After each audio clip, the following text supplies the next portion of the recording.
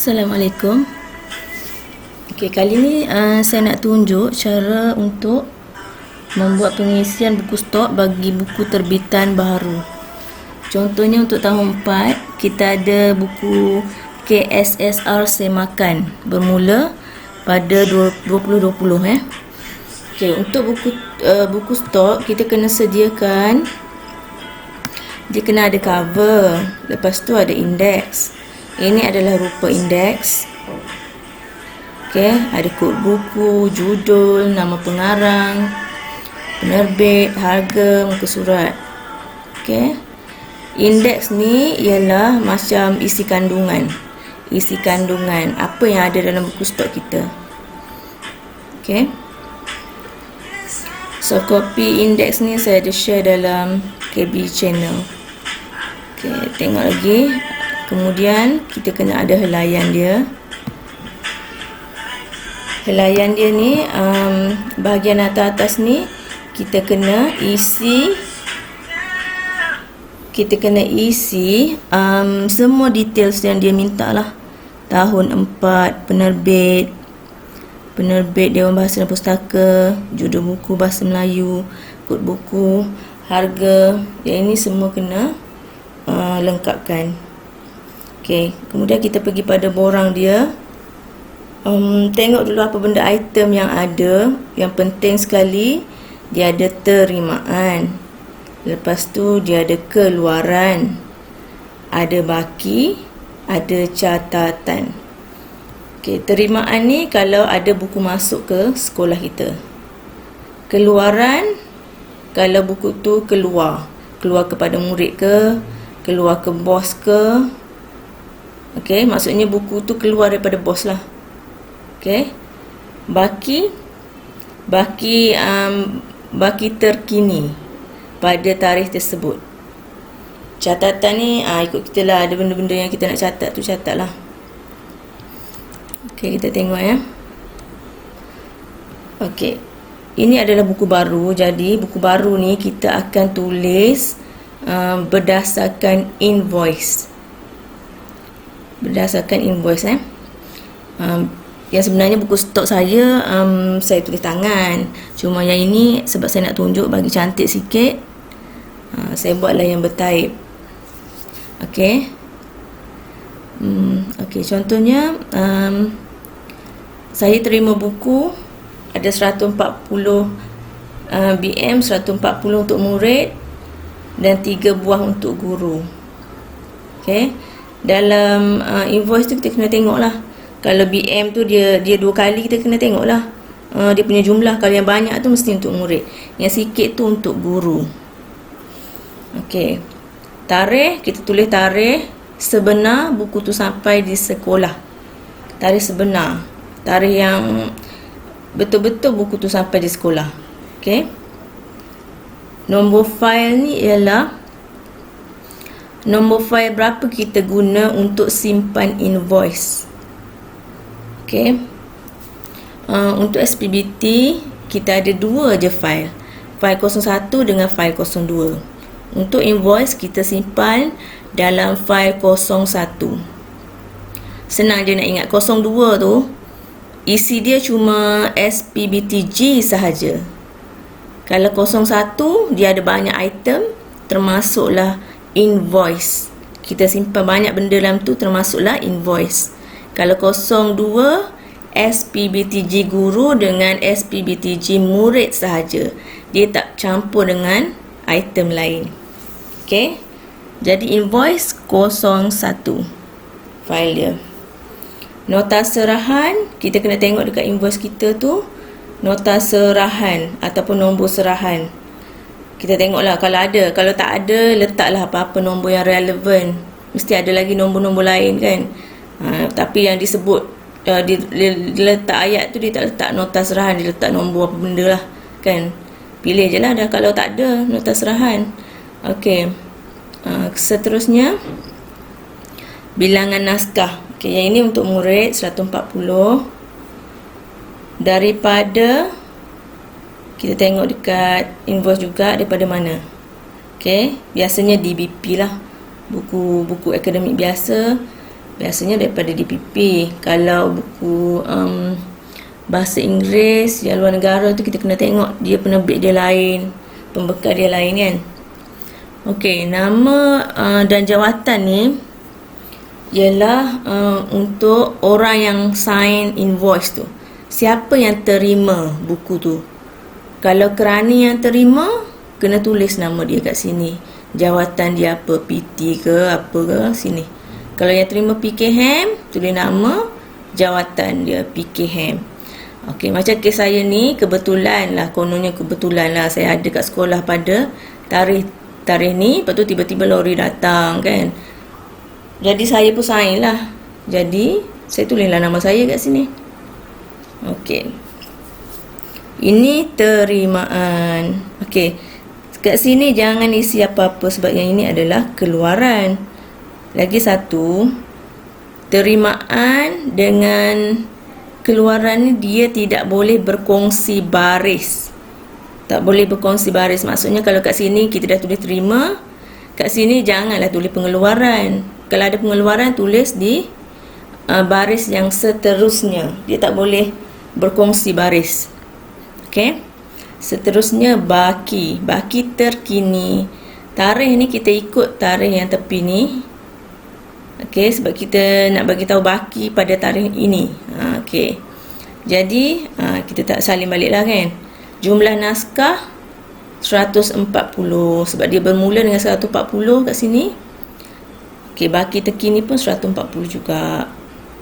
Okey, kemudian kita pergi pada buku teks guru. Buku teks guru dia sampaikan dengan buku murid kan. Jadi details dia pun samalah.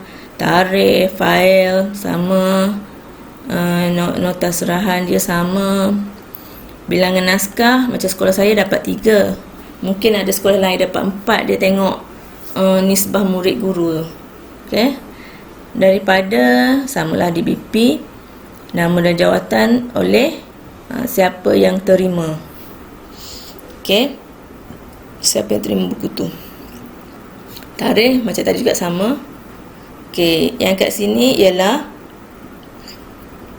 hasil tambah 140 tambah 3. Jadi jumlah terkini adalah 143. Okey. Lepas tu catatan buku teks guru. Okey. Yang ini memang saya tengok dalam buku Panduan Pengurusan Skim Pinjaman Buku Teks edisi keempat. Okey, semua orang kena tengok daripada buku tu sebab buku tu dia memang ada bagi contoh lah pengisian. Kalau kes macam ni macam mana nak isi, kes berpindah macam mana nak isi. Jadi kita memang kena tengok buku tu. Okey. Seterusnya, okey. Katakanlah kan, buku teks baru ni biasanya saya bagi atau agih kepada murid pada bulan Januari. Saya tak agih bulan 12. Saya agih bulan Januari. Okey. Jadi apa yang perlu saya buat ialah saya perlu bagi GB tanda tangan dulu. Ni. Tarikh untuk GB tanda tangan ialah 31 hari bulan 12. Tarikh untuk GB memang khas dia 31 Disember setiap tahun. Memang dia kena tanda tangan untuk tutup buku stok ni. Okey, kita tulislah disahkan dan ditutup oleh guru besar. Letak tarikh 31 hari bulan 12. Lepas tu jumlah naskah ikut yang di atas ni. Baki yang tinggal yang terkini tu kan, letaklah balik sini. Sebab dia tak ada penambahan, pengurangan, semua tak ada. Okey. Seterusnya kita pergi pada bulan Januari. Okey, bulan Januari, hari pertama sekolah saya akan bagi buku pada murid. Okey, mula-mula sekali jangan lupakan buku untuk guru.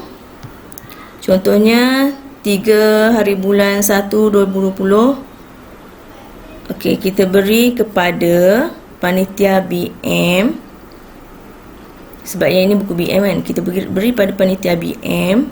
Nombor rujukan SPBTG guru. Bilangan naskah Tersasut pula. Bilangan naskah 3. Okey. Baki pada tarikh 3 bulan 1 2020 ialah 140. Kenapa jadi 140 ni? Sebab 143 dia tolak 3, kan kita keluarkan buku tu. Jadi 143 tolak 3 sama dengan 140. Okey. Kalau cikgu tengok kat sini, bahagian kiri ni terimaan, bahagian kanan ni untuk keluaran. Jangan pergi sini pula, jadi salah Okey, next kita nak tengok agihan untuk kelas. Okey, agihan untuk kelas, tarikh dia biasanya saya buat sama lah. Sama je 4 kelas ni. Lepas tu kepada 4 arif, nombor rujukan ni ialah SPBTG/2020. Kenapa 2020 kat sini? Sebab murid tahun 4 ni dia guna buku tu pada tahun 2020. Okey. Seterusnya bilangan naskah 35. Okey, konon-konon sama lah ni 35 kan, dalam satu kelas tu 35.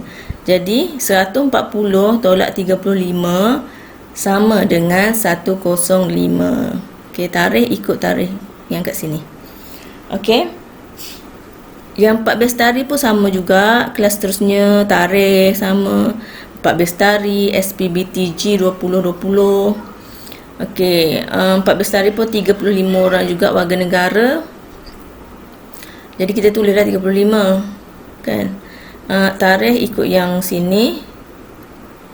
Okey, kemudian 105 tolak 35 sama dengan 70. Buku maksudnya kat sini buku kita semakin berkurang sebab kita keluarkan buku tu dari bos. Okey. Daripada rak kita tu. Okey, kemudian 4 cemerlang, cara isi dia pun sama. 35 juga. Okey, tarikh sama. Okey, 70 tolak 35 tinggal 35 lagi. Okey, untuk 4 dedikasi, tarikh sama, 4 dedikasi SPBTG 2020. Kat sini contohnya murid ada 32. 53 tolak 32. Ada baki lagi 3. Okey. Okey, jadi selesailah kita punya agihan. Kan? Ya inilah yang mula-mula sekali. Okey, contohnya kalau buku ni bukan buku baru lah kan. Bukan buku baru, buku yang kita bersambung-sambung.